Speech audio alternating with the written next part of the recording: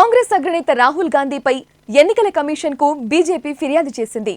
ఎన్నికలను BJP rigging చేస్తోందన్న Rahul వ్యాఖ్యలపై కేంద్ర మంత్రి హర్దీప్ సింగ్ పూరి నేతృత్వంలోని బీజేపీ ప్రతినిధుల బృందం ఈసీకి ఫిర్యాదు చేసింది.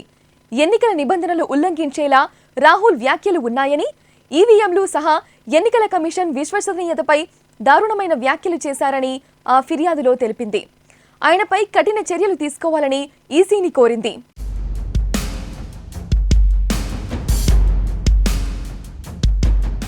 నిన్న ఢిల్లీలో మోదీ సర్కారుకు వ్యతిరేకంగా ఇండియా కూటమి నిర్వహించిన సభలో రాహుల్ గాంధీ పాల్గొన్నారు.